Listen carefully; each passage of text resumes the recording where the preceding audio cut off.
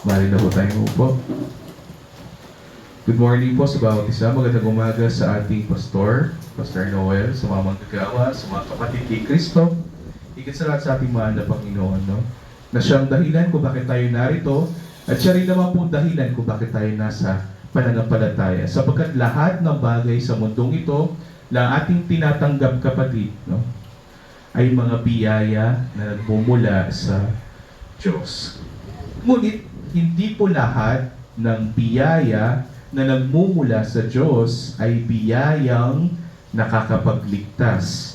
Kaya pag-aaralan natin ngayong umaga na ito, kapatid, bilang mananampalataya sa ating Panginoong Jesucristo, kung ano ba talaga ang biyayang ipinagkaloob sa ating mga sumasampalataya sa Kanya na ating pinanghahawakan at ating tinatayuan ng matatag bilang mga sumasampalataya kay Kristo, no? So, anin ko yung konsepto nito, kapatid. Gagawin ko dalawang klaseng biyaya para mas lalo nating maintindihan, no? Ang biyaya na kung saan ang biyayang ito ang siyang pinaka-mahalaga. So, pamagat ng ating pag-aaralan ngayong umaga na ito is God's grace that matters. Ano ba yung biyayang mahalaga? Yung biyayang totoo, yung kailangan natin makuha mula sa Diyos, no?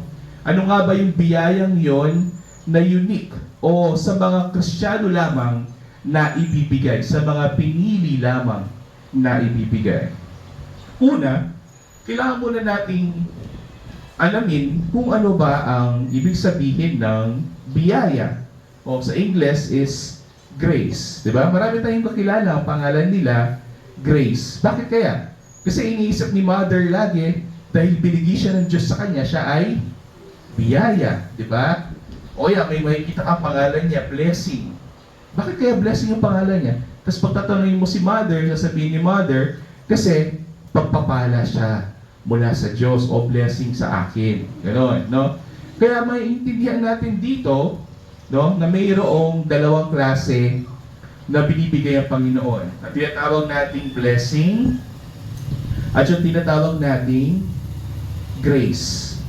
So, pag tingnan natin yung diferensya ng pagpapala at ng biyaya. Pag sinabi, pagpapala, kapatid, o blessing, ito yung binibigay ng Diyos sa mga tao willingly, no, ayon sa kanyang kalooban, at binibigay sa tao na yon sapagkat ang tao na yon ay deserving, kapatid. Ibig sabihin ng tao na yon ay nararapat na bigyan siya ng pagpapala o blessing. Ngunit kapag sinabing grace o biyaya, ito yung pagbibigay ng Diyos sa atin ng libre, na walang bayad, na wala kahit anong kondisyon. Ibibigay sa iyo ng Diyos ito kahit hindi ka karapat-dapat. No? So, ito yung tandaan natin. Kapag sinabing biyaya, ito yung ibinibigay ng Diyos sa ating pabor kahit hindi tayo karapat-dapat. Ano yung po yung ibig sabihin nun? Explain ko po sa iyo sa isang kwento. Mayroong batang maliit. Batang maliit siya, anak, siguro mga grade 2, grade 3, ganyan. Ang pangalan ng batang yun, kapatid, ay Ses, no? At itong batang ito, kapatid, matigas yung kanyang ulo. Lagi siyang nasa principal's office. Di ba meron tayong mga kaklaseng ganyan nung bata tayo? Yung matigas yung ulo, yung siga, yung lagi nasa principal's office. At itong batang ito, kapatid, kapag meron siyang kaaway, ang ginagawa niya, kung kukuha siya ng lapis, o kaya ballpen, tapos saksakan niya yung kalaban yung kapatid na. Ne? Which is ginawa naman ni Ses talaga sa totoong buhay. No? At itong mga bagay nito, kapatid, kapag nangyayari yan, kapag sinasaktan ng bata, yung kanyang mga classmates, anong gagawin ng classmate? Dahil iiyak yung classmate, magsusumbong siya sa teacher. At anong gagawin ni teacher? Dadalhin niya si Ses sa principal's office. So itong si Ses ay pasaway. Alam na natin siya. Siya ay pasaway, siya ay matigas ang ulo, siya ay lagi nagre-rebelde sa teacher, hindi siya sumusunod sa mga tuntunin ng klase, gano'n, no? So pasaway si Ses. Kaya lagi siyang nasa principal's office. Kapag dinadala siya sa principal's office, kapatid, ano yung ine-expect ni Cesar? Ano yung alam niya na mangyayari na sa kanya? Di ba, pag dinadala tayo sa principal's office, ano yung gagawin ng principal?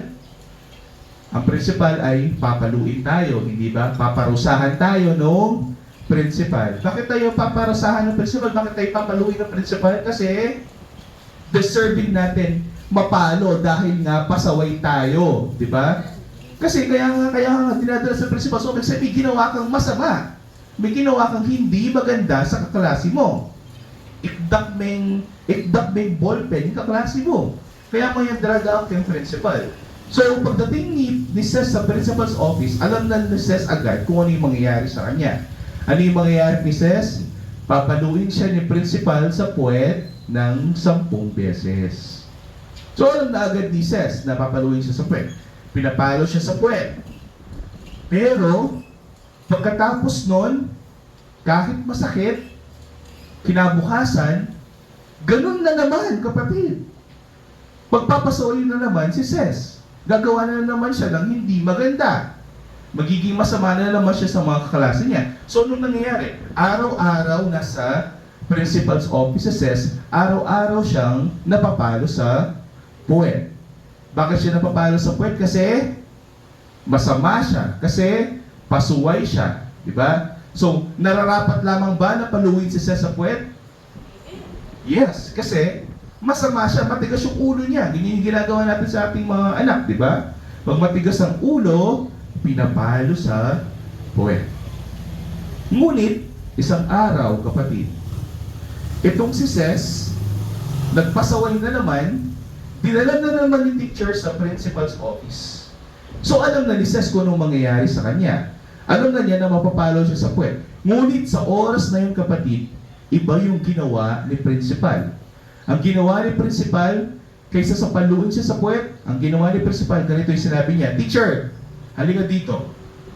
Kunin mo yung pamalo na yun, yung malaking pamalo na yun." So natatakot na to. Natatakot na si Ces. Kunin mo yung malaking pamalo na yun, tapos paluin mo ako ng 10 beses. Nagtaka si Ces. Nagtaka siya kasi akala niya siya yung mapapalo. Pero nung mga oras na yon, ang sinabi ni principal, kaysa si Ces yung mapapalo, ako na lang yung paluin mo, teacher, ng 10 beses. So ano ginawa ni teacher? Hinampas si principal ng 3 beses dahil sa pagsuway ni Ces. At bawat hampas ni teacher kay principal, ramdam ni Ces yung sakit sapagkat alam niya yung sakit na yon. Bawat hampas ng teacher sa puwet ni principal, ramdam ni Ces yung kanyang guilt, kapatid. Na dapat siya ang nakatanggap ng pagpapalo na yun, ngunit mayroong mas mataas kaysa sa kanya na kanyang nilerespeto na tumanggap ng pagpapalo o pagpaparusa na iyon sa kanyang lugar. Deserve ba ni principal na mapalo sa puwet? Deserve po ba niya? Hindi. Deserve ba ni Ces na hindi siya mapalo kahit pasuway siya? Hindi. Pero ang natanggap ni Ces ng mga oras na yon, bagamat hindi siya nararapat na hindi siya napapalo, bagamat hindi siya nararapat na hindi siya parusahan, pero hindi pa rin siya pinarusahan, ginahabagan siya ng kanyang principal. Ang tawag dyan, kapatid, ay biyaya. Yung ibinibigay ng Diyos sa atin kahit hindi tayo karapat-dapat. Tandaan natin, sa Romans chapter 3, ano sinabi ni Pablo? Ang bawat isa sa atin ay mga makasalanan. Walang matuwid sa atin, wala kahit isa. At kapag ikaw ay makasalanan, ikaw ay pasaway, kamukha ni Ces, yung maliit na bata. At kapag ikaw ay pasaway, ano yung nararapat para sa'yo? Maparusahan, mapunta sa impyerno, mamatay. sapagkat yan ang nararapat para sa isang taong makasalanan. Ngunit dahil sa biyaya ng Diyos na Kanyang ibinuhos sa atin, ang Kanyang pagmamahal sa bawat isang pinili niya upang sila ay makaramdam na tinatawag nating biyaya. At yung biyaya na yun, kapatid, ang pinakamahalaga. Ano nga ba yung biyaya na iyon? Tingnan muna natin, basahin natin sa Ephesians chapter 2, verse 1 to 10. Kaya niyo po nabasahin ko ito sa Tagalog sapagkat English yung narito. Basahin ko po ito sa Tagalog. Kayo nooy mga patay sa inyong mga pagsalansang at mga kasalanan. Tayo yun, kapatid. Yung maliit na bata yun, tayo yun. Tayo yung mga patay sa ating pagsalansang, sa ating mga kasalanan, na dati ninyong nilakaran ayon sa lakad ng sanlibutan ito, ayon sa pinuno ng kapangyarihan ng ipapuwid, ng Espiritu na ngayon ay gumagawa sa mga anak ng pagsuway. Tayong lahat ay dating mga nabuhay sa gitna ng mga ito sa mga pagnanasa ng ating mga laman na ating ginagawa ang mga nais ng laman at ng pag-iisip. At tayo nooy mga katutubong mga anak ng kapuotan ng Diyos. Kaya din naman ng iba. Ano ibig sabihin nun? Dati, ang Diyos ay galit sa atin. Bago pa natin siya nakilala. Bago tayo sumampalataya sa Kanya, ang Diyos ay galit sa atin. Nagagalit ang Diyos, kapatid. Kaya nga mayroon na pupunta sa impyerno. Dahil galit ang Diyos. No? Tignan natin sa 4. Ngunit, ito yung totoong biyaya. Ngunit ang Diyos, siya lamang ang gagawa nito, palibas ay mayaman sa awa, kamukha nung principal kanina na naawa sa bata na nahabag kay Ses. Dahil sa kanyang malaking pag-ibig sa atin, maging noong tayo'y mga patay sa pamamagitan ng ating pagsumay, bagamat tayo'y mga kasalanan sa kanyang harapan, binuhay niya tayo para kay Kristo. Binuhay niya tayong muli para sa ating Panginoon Kristo. Sa pamamagitan ng biyaya, kayo'y naligtas. Makikita natin dito, kapatid, na ang biyayang itinutukoy ni Pablo rito ay yung dapat sana tayong lahat ay pupunta sa impyerno. Yun ang nararapat para sa atin. Ngunit dahil ang Diyos ay nahabag sa bawat isa sa atin, ang ginawa ng ating Panginoon ay binuhay niya tayong muli sa Kanya, sa ating mahal na Panginoon Kristo, upang tayo sumampalataya sa ating Panginoon, at yung mga bagay ito ay ginawa ng Diyos sa atin kahit hindi tayo karapat-dapat. Ang tawag dyan, kapatid, ay biyaya. Naintindihan na po ba? So hindi ko na po i-elaborate pa yan. Tignan muna natin yung ibang klase ng biyaya. So meron tayong 2 types of grace. Ang una, yung tinatawag nating common grace o yung biyayang pangkaraniwan, kapatid, na nangyayari sa lahat. At meron tayong tinatawag na special grace o yung salvific grace, yung grace na nakakapagligtas, yung biyayang nakakapagligtas. So meron tayong dalawa, di ba? Pangkaraniwang biyaya at special na biyaya. So, tingnan muna natin yung una, yung pangkaraniwan, yung common, yung para sa lahat. Ano nga ba ang common grace? Ang common grace, kapatid, ay yung biyayang ibinibigay ng ating Diyos sa lahat ng mga taong Kanyang nilikha nang naayon sa Kanyang kabutihan o kabaitan sa atin. No? Ibig sabihin nun, kapatid, na kahit makasalanan tayo sa Diyos, binibigyan pa rin niya tayo ng hangin upang ating malanghap, upang tayo'y manatiling buhay. No? O kaya binibigyan niya tayo ng pagkain upang tayo'y manatiling buhay. Ang tawag dyan, kapatid, ay common grace o pangkaraniwang biyaya. At ang pangkaraniwang biyaya nito ay binibigay ng Diyos hindi lamang sa mga sumasampalataya kay Kristo, kundi pati na rin sa mga hindi naniniwala at sumasampalataya kay Kristo. No? Ito yung pangkaraniwang biyaya na ibinibigay sa lahat ng mga taong nilikha ng Diyos. Like ko sinasabi ito, sapagkat meron tayo, minsan, ano na lang, sa mga kasama natin sa bahay, no? Minsan meron tayong mga kasama sa bahay na hindi pa nakakakilala sa ating Panginoong Kristo. Pero nung lawin mo na, Pero nung luwin mo lahat ang araw-araw silang nangiinom, araw-araw silang may bisyo, pero ang lakas ng katawan nila, di ba? Magtaka ka, ba't ika? Sakitan ka. Kaya atsuwa kang Kristo. Tapos magtataka ka, o Panginoon, bakit ganito yung nangyayari? Parang bakit mas malakas pa itong tao na ito kaysa sa akin?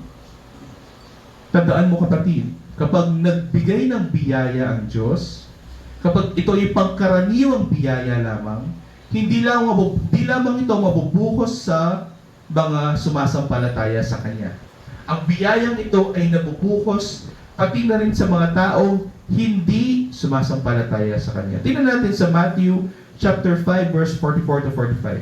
Sabi dito ng ating Panginoon sa Kristo, "Love your enemies and pray for those who persecute you, so that you may be sons of your Father who is in heaven. For He makes His sun rise on the evil and on the good, and He sends rain on the just and on the unjust." Ang ibig sabihin nun, kapag sumisikat ang araw, hindi lamang sa mga sumasampalataya kay Kristo, sumisikat ang araw, pati na rin sa mga hindi sumasampalataya sa Kanya. Kaya huwag kayong magtaka, kapatid. Kapag minsan, meron tayong mga kakilala na wala naman kay Kristo, pero nung akit mo lang, wala mo mas pinagpaalala, mga yan Ganun yung iisipin natin agad Bakit kaya parang mas pinagpala itong tao na ito, hindi naman niya nakikilala si Kristo. Hindi naman siya na kay Kristo. Pero parang mas pinapaboran siya ng Diyos. No? Tandaan natin, hindi sa mga pangkaraniwang biyaya namatay si Kristo sa krus ng Kalbaryo. Hindi sa mga bagay na yan namatay si Kristo sa krus ng Kalbaryo. So, igagawin ko ng ganito, kapatid. Kapag sinabing pangkaraniwang biyaya, ito yung mga material na ibinibigay ng Diyos sa atin. Yung mga pisikal na binibigay ng Diyos sa atin. Mga bagay na nasa mundong ito na ibinibigay ng Diyos sa atin. In other terms, yung mga bagay na nasa laman. Kaya nga ang Biblia ay malinaw, kapatid. Huwag mong ninanais o ninanasa yung mga bagay na nasa mundong ito at yung mga bagay na nasa laman, sapagkat yung mga bagay na yan ay ibinibigay ng Diyos sa mga sumasampalataya kay Kristo at sa mga hindi sumasampalataya kay Kristo. Kaya nga may makikita kayo mga tao na mas higit pa yung mas maganda yung buhay nila kaysa sa inyo. Pero hindi sila kay Kristo. At yung problema kasi sa ating kapatid mga Kristiyano, kapag masyado tayong nakafocus o nakatingin sa biyayang iyon, sa pagkaraniwang biyaya na iyon, mayroon tayong tendency na mainggit or envy. Na isa sa mga pinakamatinding kasalanan na ginagawa ng tao. Naiinggit tayo. Panginoon, bakit ang aking kapitbahay, hindi naman siya sa iyo, siya ay ibang yung paniniwala niya, pero bakit mas higit na mas maganda ang kanyang pamumuhay kaysa sa akin? Ano ba ito, Panginoon? Pinapabayaan mo na ba ako? Yung inggit natin sa mga tao, kapatid, ay mas nangingibabaw. Dahil masyado tayong nakatuon o nakafocus sa biyayang pangkaraniwan, sa biyayang mga nasa mundong ito. Ito yung problema ng mga ibang Kristiyano. Ang mga ibang Kristiyano ay pumupunta sa iglesia, sumasamba sa Diyos, sapagkat meron silang pagnanasa o pagnanais sa mga bagay na narito lamang sa mundong ito, sa mga bagay na nasa laman. Tulad ng pera, tulad ng kayamanan, katanyagan, no? O kalusugan. Alam naman natin, kapatid, na mahalaga yung mga bagay na yan. Alam naman natin na isa sa mga sangkap na kailangan ng isang tao sa buhay na ito ay yung dapat malusog ka, ay dapat mayroon kang pera, at dapat mayroon kang estado sa buhay. Ngunit, sinabi ba ng Biblia na yon ang inaasam, yung mga biyayang pangkaraniwan na yan, ang inaasam ng mga na kay Kristo? Hindi, kapatid. Ang mga na kay Kristo, ganito dapat yung kanilang iniisip. Ang mga na kay Kristo, hindi sa mga bagay na nasa mundong ito kanilang nakikita ang kanilang kagalakan. Kapag sinabing kagalakan, kapatid, iba yung kagalakan sa kasiyahan. Kapag sinabing kasiyahan, this is happiness, mayroong dahilan kung bakit ka masaya. Kapag binigyan ka ng 1,000,000, masaya ka kasi binigyan ka ng 1,000,000. Tawag dyan ay kasiyahan, kapatid. Pero ang kagalakan ay ganito. Ang kagalakan or joy ay ganito. Masaya ka pa rin kahit, ganito siya, masaya ka pa rin kahit may karamdaman ka. Masaya ka pa rin kahit wala kang pera. Masaya ka pa rin kahit wala kang pangalan sa industriya. Masaya ka pa rin kahit naghihirap ka, may pagsubok ka. Yan ang kagalakan. At ang kagalakan na ito, kapatid, ay mararamdaman lamang natin kung maiintindihan natin ang totoong biyaya, ang biyayang importante sa bawat isang sumasampalataya kay Kristo. Ano yung biyayang yun, kapatid? Ang pinatawag nating special grace o yung tinatawag nating salvific grace. Ito yung totoong biyaya na nakukuha natin eksklusibo kung tayo ay sasampalataya sa ating Panginoong Jesucristo. Ito yung nagbibigay ng kagalakan sa mga apostol noong mga unang panahon. Ang mga apostol, kapatid, hindi sila mayaman. Pero masaya sila. Nagkakaroon sila ng sakit, kapatid. Nilalate ko sila. Nagkakaroon sila ng sakit sa kanilang mga baga, sakit sa kanilang mga balat. Pero masaya sila, kapatid. Sapagkat nakatanggap sila ng biyayang mahalaga. Ano ba yung biyayang ito? Ang biyayang nakakapagligtas. Ano kaya yun? Alam natin kanina sa Ephesians chapter 2 na ang bawat tao ay makasalanan.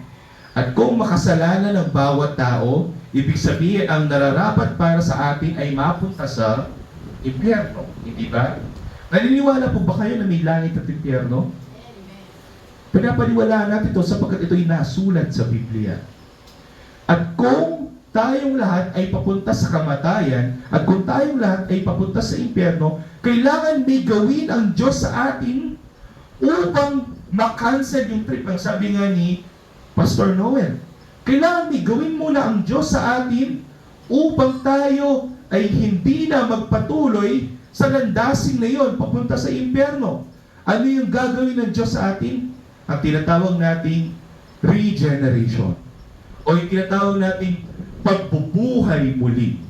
O yung tinatawag nating pagbo-born again. Bakit? Sapagkat kung ikaw ay zombie, kapatid, ang zombie wala siyang sariling utak.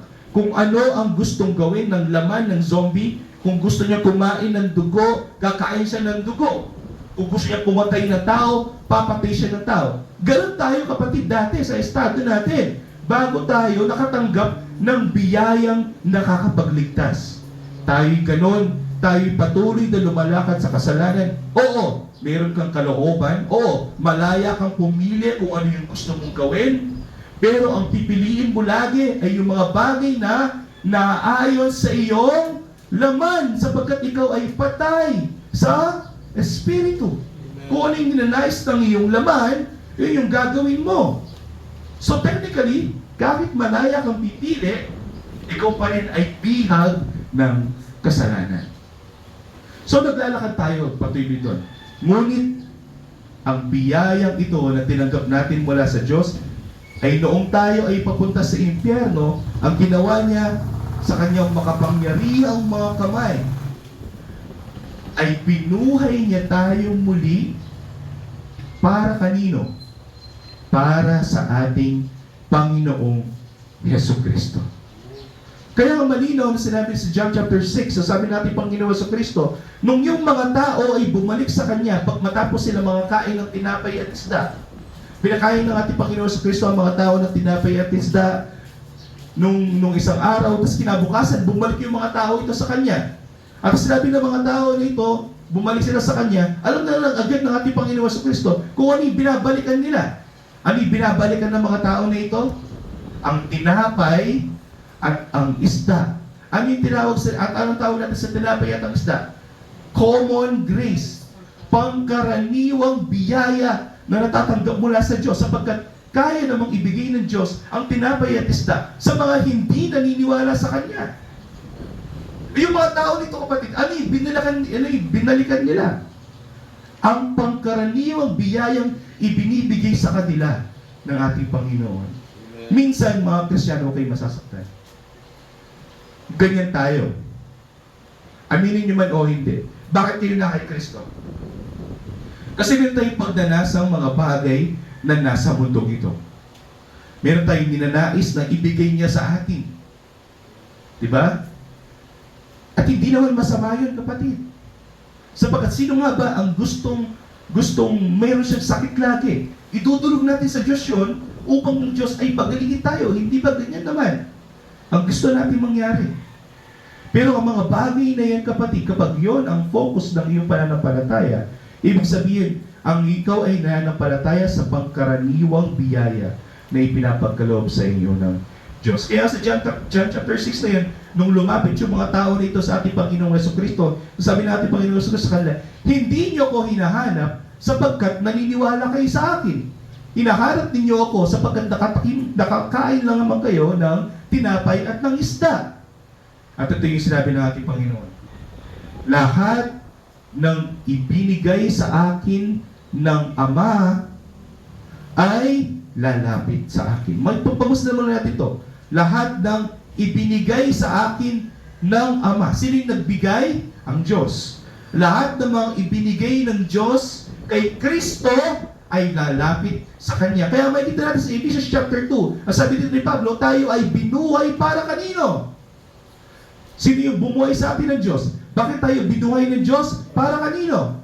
Para kay Kristo. Upang tayo ay lalapit sa Kanya. Ang pagbubuhay muli ng Diyos na yan, kapatid, ay yung tinatawag nating special grace, kapatid, o yung biyayang nakakapagligtas. Yung bagay na yan, kapatid, no? Kung dati ikaw ay bulag, ikaw ay patay, at ngayon ikaw na ay buhay, na naglilingkod sa Diyos, ikaw ay mayroon ng pananampalataya, na nakatanggap ka ng paglilinaw sa Diyos, ang kaliwanagan na ay sumilay sa iyo, kapatid. Lahat ng mga bagay na yan, ginawa ng Diyos yan para sa ating lahat. Kapag ang Diyos ang gumawa sa ating mga makasalanan, ibig sabihin, hindi natin deserve. Ang tawag dyan, kapatid, ay biyaya. Okay? Kaya yung makikita nyo ditong amazing grace, kapatid, ay hindi yung biyayang pangkaraniwan. We are not talking about an amazing grace na isang kamanghamanghang biyayang natanggap ninyo na pangkaraniwang biyaya. Kapag pangkaraniwang biyaya siya, kapatid, hindi siya kamangha-mangha.